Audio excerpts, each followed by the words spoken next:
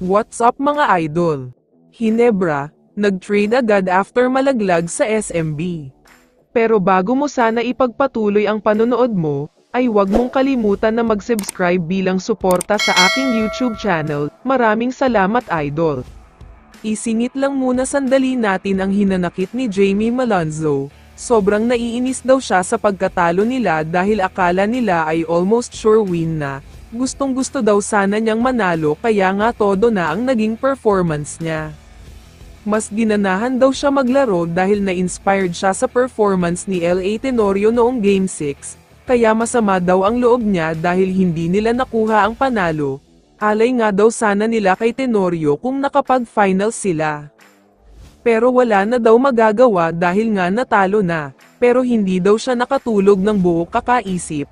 Hindi pa rin daw kasi niya matanggap ang pagkatalo na ito. Ito na daw ang pinakamasakit na naramdaman niya sa buong basketball career niya. Samantala, ngayon ay hindi pa rin makaget over ang karamihan sa mga Hinebra fans mula sa masakit na pagkatalo ng paborito nilang team. Okay pa sana kung natambakan na lang sila, matatanggap pa agad ng mga fans ito.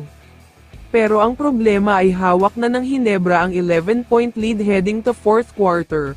Pero ang problema ay hindi nila napanatili ang kalamangan na ito, hindi na sila nakashoot at puro turnovers kaya naman natalo pa sila. Pero kung may isang player na sinisisi ang karamihan sa mga Hinebra fans, ito ay walang iba kundi si Stephen Holt.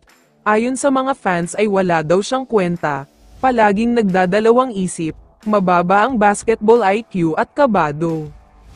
Ang hirap niyang asahan sa mga crucial moments ng laro. Yung tipong kapag binigay na sa kanya ang bola ay turnover ang gagawin niya, kapag open naman ay baldog ang tira, at minsan naman ay open na pero sasalaksak pa.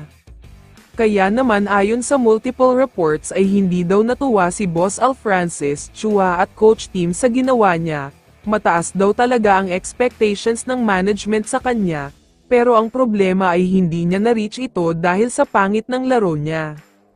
Kaya ayon sa mga reports ay nasa trading block na daw ngayon si Stephen Holt, halos lahat ng teams ay interesadong makuha siya, lalo na ang TNT dahil kailangan daw nila ng player na mahigpit ang depensa at may opensa.